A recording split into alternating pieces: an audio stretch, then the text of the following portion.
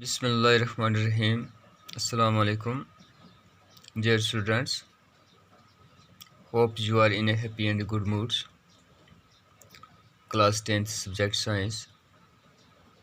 Topics carbon and its compound. And today our subtopic is different chemical properties of carbon compounds. Yesterday's lessons we had learned about the nomenclatures of carbon compounds, and today we are going to discuss about the different chemical properties of carbon compounds. The different properties of carbon compounds are combustions, oxidation, additions, substitutions. All these types of chemical reactions take place in carbon compounds. Dear students, first of all, we know combustion. The reaction in which carbon in all its allotropic form burn in oxygen to give carbon dioxide along with the release of heat and light is called combustion. Most carbon compounds also release a large amount of heat and light on burning. Saturated hydrocarbons will generally give a clean flame, while the unsaturated compound will give a yellow flame with lot of black smoke. However, limiting the supply of air result in incomplete combustions of even saturated hydrocarbons, giving a sooty flame.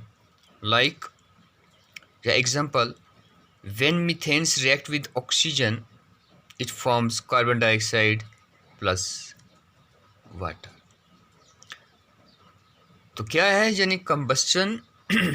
Previous classes में हमने combustion process को discuss किया है. खासकर जब हमने chemical reactions and equations पढ़ा तो कंबस्चन रिएक्शंस हमने देखा कि कंबस्चन प्रोसेस क्या है. ये कंबस्चन ये है कि जब भी कोई भी चीज़ जलती है ऑक्सीजन की मौजूदगी में, तो यहाँ कार्बन कंपाउंड्स में ये है कि रिएक्शन जब कार्बन बर्न होता है, कार्बन और इसके एलोट्रॉफिस बर्न होते हैं, किसकी वजह से? ऑक्सीजन की वजह से. और क्या बनता है यहाँ? कार्बन डाइऑक्साइड बनता है, हीट बनती है और लाइट बनती है. तो इसी अमल को हम कंबस्चन कहते हैं. तो डियर स्टूडेंट्स, बहुत से कंपाउंड जो हैं वो रिलीज़ करते हैं large amount of heat and light on burning. जैसा कि आपने एलपीजी गैस देखा है, आपने कोल्स, जिस वक्त हम कोल्स को भी बर्न करते हैं तो वहाँ हीट एंड लाइट पैदा होती है. और जितने भी हमारे पास सेचुरेटेड या अनसेचुरेटेड हाइड्रोकार्बन्स हैं on burnings, it forms heat and light plus smokes भी आता है यहाँ से. तो इसी अमल्स को हम कंबस्चन कहते हैं. जहाँ हमने एग्जांपल दी है कि जिस वक्त मीथेन है, मीथेन के साथ ऑक्सीजन रिएक्ट करता है तो जहाँ क्या बनता है? कार्बन डाइऑक्साइड बनता है और वाटर वेपर्स बनते हैं. तो डियर स्टूडेंट्स, ये है कंबस्चन प्रोसेस. अब हमारे पास ऑक्सीडेशन क्या है? Oxidations, carbon compounds can easily oxidised on combustion. In addition to this complete oxidations, we have reactions in which alcohols are converted to carboxylic acid. यानी ऑक्सीडेशन रिएक्शन के अंदर carbon compounds आसानी के साथ ये ऑक्सीडाइज हो जाता है. यानी ऑक्सीडाइज मीन्स ये रिएक्ट करता है.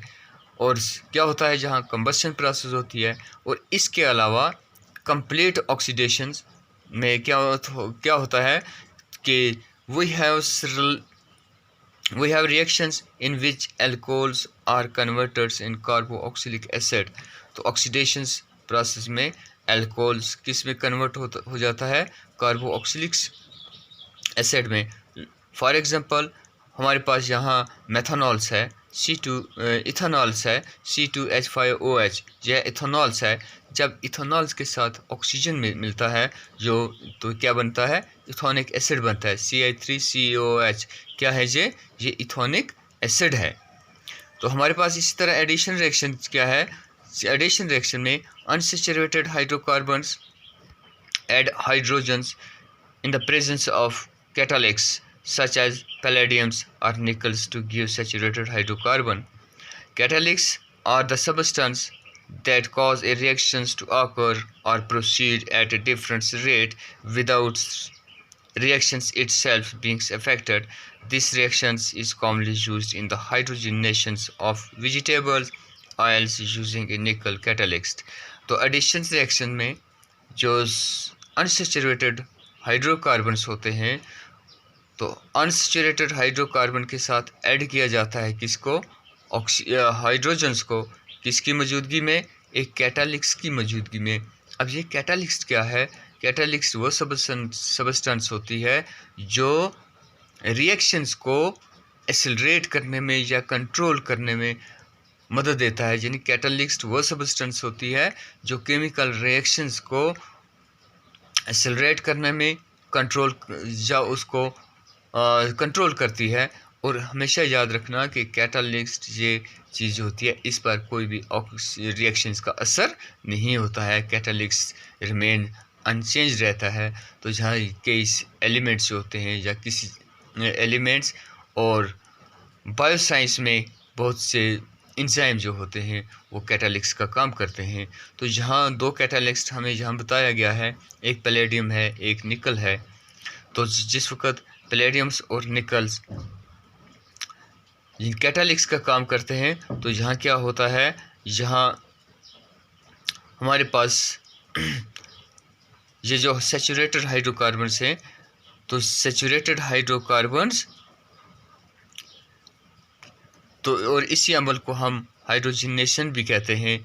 फॉर एग्जांपल जैसे हमारे पास एक कंपाउंड है CH2CH2, यानी यहाँ हमारे पास क्या है, ये इथीन है। तो इथीन के साथ जब हाइड्रोजन्स मिलता है तो इन प्रेजेंस ऑफ कैटालिस्ट तो ये क्या बन गया, CH3CH3। तो यहाँ टेम्परेचर की भी ज़रूरत है। तो इस अमल को हम एडिशन रिएक्शन कहते हैं। Addition reaction unsaturated hydrocarbons add hydrogens in the presence of catalysts such as palladiums or nickels to give saturated hydrocarbon. Catalysts are substances that cause reactions to occur or proceed at a different rate without the reactions itself being affected. This reaction is commonly used in the hydrogenations of vegetables oils using a nickel catalyst.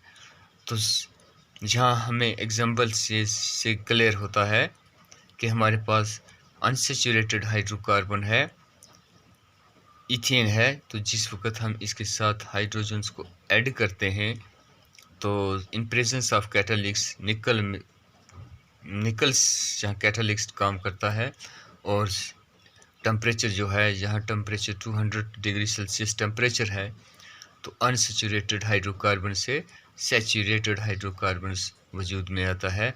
और दूसरी तरफ से हम इस process को हाइड्रोजिनेशंस भी कहते हैं। फिर हमारे पास सब्स्टिट्यूशन रिएक्शन। तो सब्स्टिट्यूशन रिएक्शन में सैचुरेटेड हाइड्रोकार्बन्स और fairly unreactive and are inerts in the presence of most reagents. However, in the presence of sunlight, chlorine is added to hydrocarbons in a very fast reaction. Chlorine can replace the hydrogen's atom from one by one. It is called substitution reaction because one type of atom or a group of atoms take place of another. A number of products are usually formed with the higher homologous